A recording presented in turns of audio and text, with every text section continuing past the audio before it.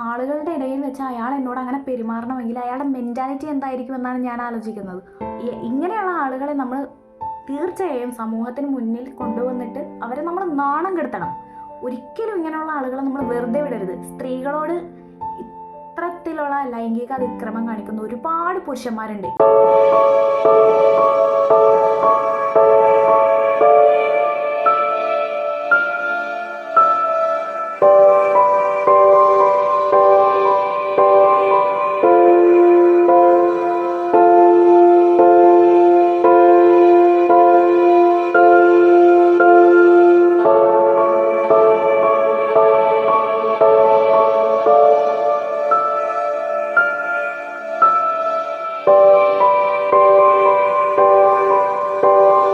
നല്ലത് മാത്രം പറഞ്ഞൊരാൾ, രാമന്തിയോളം കഷ്ടപ്പെട്ട് അധ്വാനിച്ച് കുടുംബത്തിന് വേണ്ടി ജീവിച്ചൊരുത്തനെ സോഷ്യൽ മീഡിയ കമ്പോളത്തിന് വേണ്ടി സൈബർ ആൾക്കൂട്ടക്കൊലയിൽ തൂക്കിവെച്ച് കഴിവേറ്റിയതാണ്.